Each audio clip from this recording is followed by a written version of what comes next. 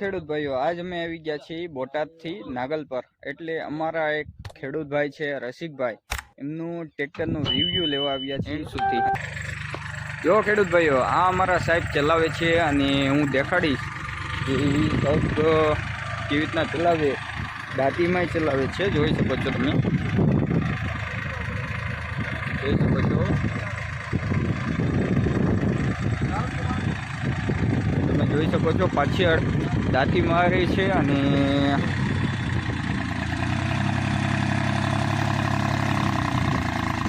તમે જોઈ શકો છો અત્યારે આ દાંતીભાઈ મારે છે અમારા સાહેબ. અને જોઈ શકો છો દાંતી.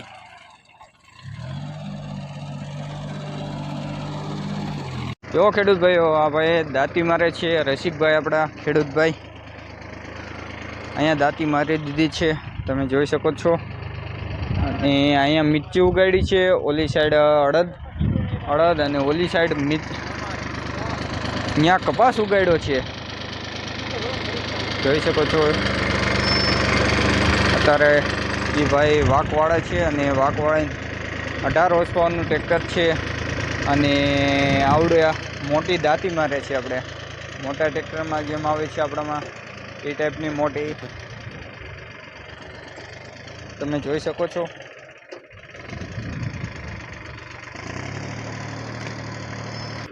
જો ખેડૂત ભાઈઓ, અત્યારે એ ભાઈ દાંતી મારે છે, તમને દેખાડીશ. અમારું 18 હોર્સ પાવરનું ટ્રેક્ટર છે, 3 પિસ્ટન વાળું. 12 દાંતી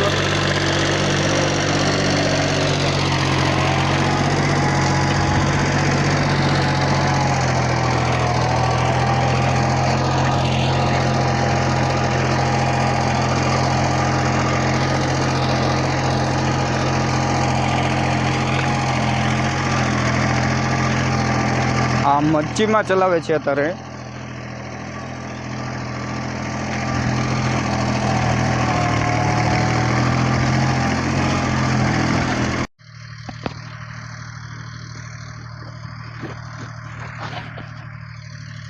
એનાથી આગળ સુધી એમની વાડી છે, જો તમને દેખાય ને સામે સુધી હાવ આગળ એમની વાડી છે.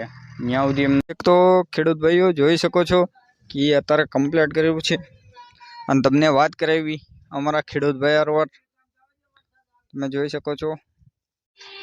આ ભાઈ છે આપણે રસિકભાઈ, ખેડૂત ભાઈ જ છે.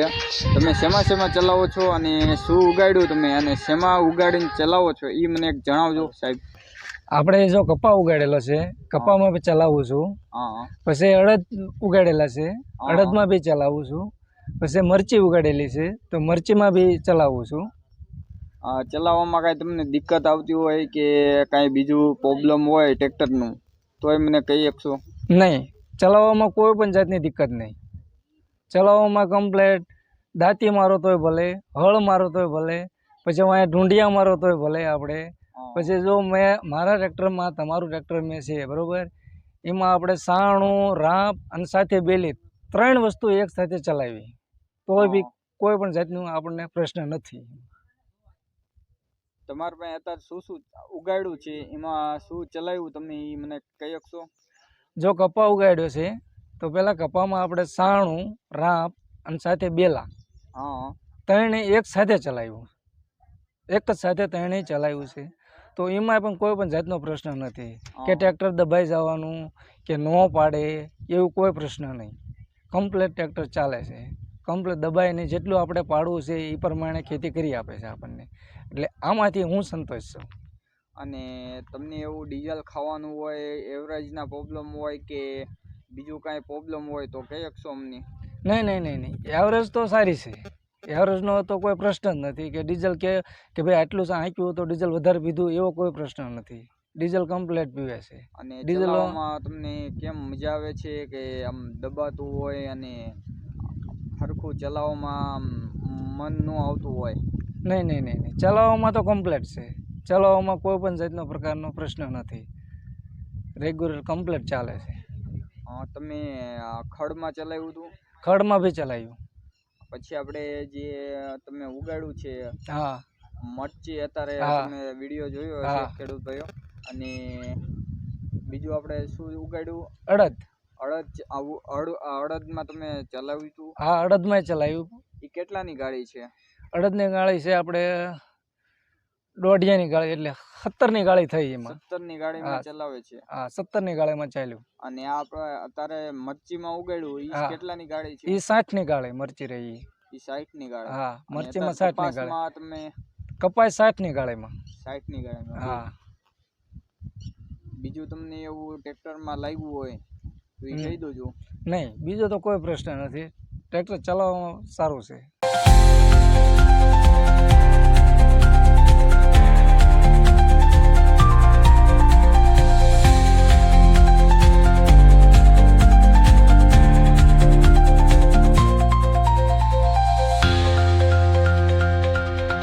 કપાસમાં તમે જોઈ શકો છો અને આનો વ્યૂ જોઈ શકો છો. ઓલી સાઈડ છે મિર્ચી, આ સાઈડ કપાસ જોઈ શકો છો તમે. અને આમાં વાત કરીશું આપણે રસિકભાઈ અરવાર. બોલો સાહેબ, આમાં તમને કેવું લાગ્યું? જો આ કપાસ છે બરોબર, કપામાં વ્યૂ ચલાવ્યું મેં ટ્રેક્ટર, તો કપામાં કોઈ પણ પ્રશ્ન નથી મારે. કપામાં 3 સાથી આપણે હાંક્યા. આમાં દાયત્ય સાણું થતું ગયું, રાપ હાલતી ગઈ, બેલી ચાલતી ગઈ, 3 સાથી એક સાથે ચલાવ્યા અમે આમાં કપામાં. ઓલું વારે વારે આપણે 3 સાથી ફેરવવા પડે એ નહીં, એક સાથે 3 સાથી મેં ચલાવ્યા આમાં. કોઈ પણ પ્રશ્ન નથી મારે, અને કમ્પ્લેટ ઇઝીલી ચાલે છે. તાકાતમાં બી, એવરેજમાં બી, કે ભાઈ ડીઝલ કે ભાઈ 3 સાથી જોડ્યા તો આપણે ચલાવવામાં ડીઝલ વધારે પીધું એ પ્રશ્ન નથી. ડીઝલ એ કમ્પ્લેટ પીવે છે, એવરેજ કમ્પ્લેટ આવે છે આપણે આમાં. અને ચલાવવામાં જો મને સંતોષ છે આમાં. મેં ચલાવ્યું તો મને સારું લાગ્યું છે. અને બીજું એ કે આપણે દાંતીમાં ઓલો જે ટોલી આવે ને, ટોલીમાં પછી આપણે અહીંયા નાખવી જે એને શું કહેવાય, તમે સાણ નાખ્યું હતું અહીંયા? હા, નાની ટોલી લઈને? હા, નાની ટોલી લઈને સાણ નાખ્યું બધા. તમને એવરેજમાં કઈ પ્રોબ્લેમ? નહીં, એવરેજમાં કોઈ પ્રોબ્લેમ નહીં. એમાં બી હાંકી જોયું આપણે, ટોલી ભરીને કે ખેતરમાં આપણે સાણ વેર્યું બધી, તો એમાં કોઈ એવરેજમાં કોઈ દબાણ નહીં, કોઈ પણ જાતનું દબાણ નહીં, એમાંય તે નહીં. હાવ ફ્રી ટ્રેક્ટર ચાલે, આખી ટોલી ભરી હોય તોય. તમે અહીંથી બોટાદ લઈ ગયા હોય માર્કેટિંગ યાર્ડમાં, અને ત્યારે તમને એવું લાગ્યું હોય કે એવરેજમાં નથી સારું, અને નહીં, બોટાદે હું આવી ગયો લઈને ટ્રેક્ટર, બોટાદ જ જઈ આવ્યા ભાઈ, તો આપણને એમાં એવરેજમાં કોઈ નહીં, એવરેજ પૂરી આવે છે. અને બીજું એ કે આપણે એમાં તમે કેટલા ટન લઈ ગયા હતા? એ મારે જે ટોલી રહી ને એ 1 બ્રશની ટોલી હશે.